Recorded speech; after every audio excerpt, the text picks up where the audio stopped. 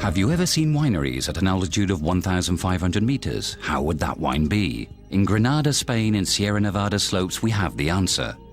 The mountains have an influence on the temperature and on the rainfalls, which makes such a special wine. Granada is a Spanish province at the southeastern point of the country. We are at the land with most contrasts in all Spain. Within 1 hour, we can go from alpine climate to the Mediterranean beaches. Granada's history is impressive and its cultural past is a wonder. Its capital was the last shelter of the Muslim Empire, which ruled over Spain for 8 centuries, and you can still feel it today. In this spot at the Contraviesa region, they have been doing a very good wine for many years. Wine, culture, history and mountains. It sounds good, doesn't it? The best wines from Granada are grouped under the wines from the land Contraviesa, Alpujarra's guarantee of origin, a mention which they obtained in 1992. Before that, in 1986, they had created a regional vintagers and wine producers association.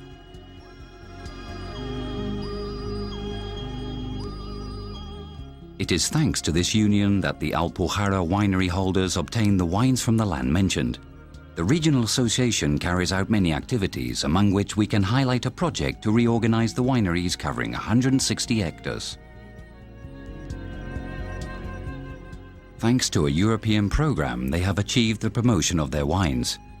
And together they have participated in a project to improve the quality of Andalusian wines sponsored by the Andalusian government. The Contraviesa wineries are situated in a splendid environment, surrounded by mountains on the slopes of the famous Sierra Nevada. In our itinerary, we stop at Oguija and visit the Morisque church built over a mosque, which reminds us of the Muslim past of this region. Also important is the visit to the sanctuary of the Virgin of Martyrdom, patron saint of the Alpujarra. From there we go to Jorriata. In this village they have an interesting museum of farming which shows us the different techniques used through history. We are in an impressive rocky landscape full of cliffs and precipices. The views to Sierra Nevada from the Tajo de la Cruz are quite striking.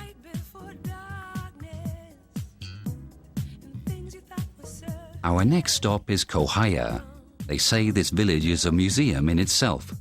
Walking its streets with the preserved traditional houses is a real pleasure. From there we go to Medina Tadel and then to Murtas. This place, apart from wine, is an important almond producer.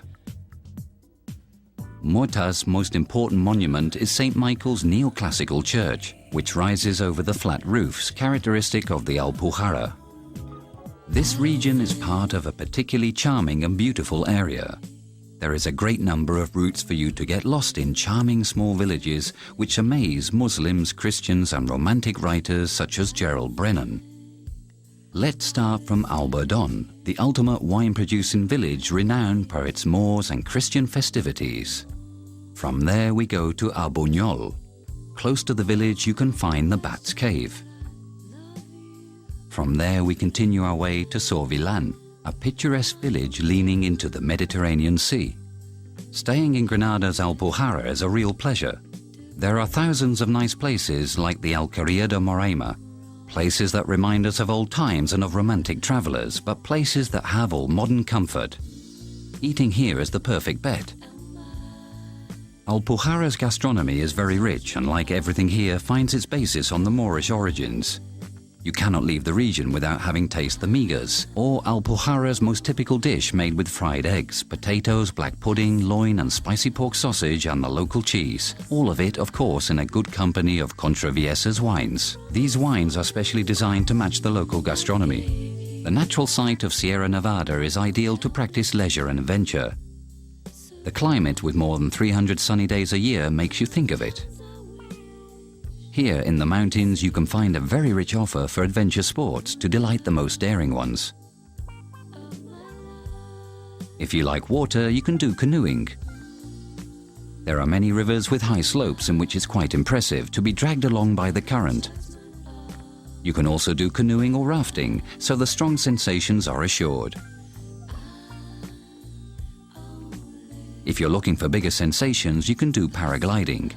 In the company of a trainer, any normal person can fly through Sierra Nevada. You only have to let yourself go.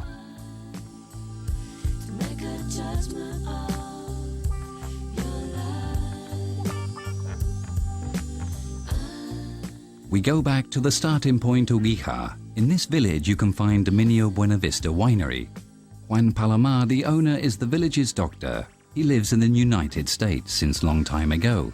He comes back every time he can to take care of his two greatest passions, his family winery and his wines. We continue with our route around La Contraviesa. We are in Uguija at the doors of a winery called Dominio Buenavista, and I must say that the sights from here are excellent, truly. We're going to talk to a friend of ours called Juan. He's going to show us his winery. Come with me. Juan. Juan. Your dogs don't bite, do they? No, absolutely not. Come in, don't worry. They are well trained. Hello. Hello, how are you Sergio. doing? I'm happy to see you again. I'm How are fine. you? I'd like you to show me your winery. Let's have a look at it then.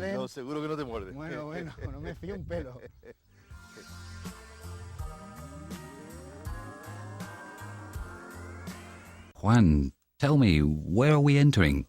Well, this is Dominio Buenavista Winery. This is the new building we have added to the old premises. We have just built it in October. And where does this slope lead to? It takes us to the vinification area, where we prepare the juice and make our wines. So these are the new premises, aren't they? This area is completely new.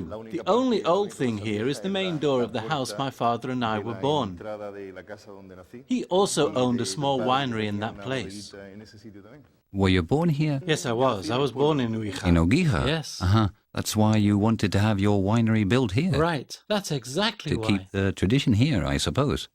Well, tell me, the place seems to be really big and it looks really clean too. Tell me about the process.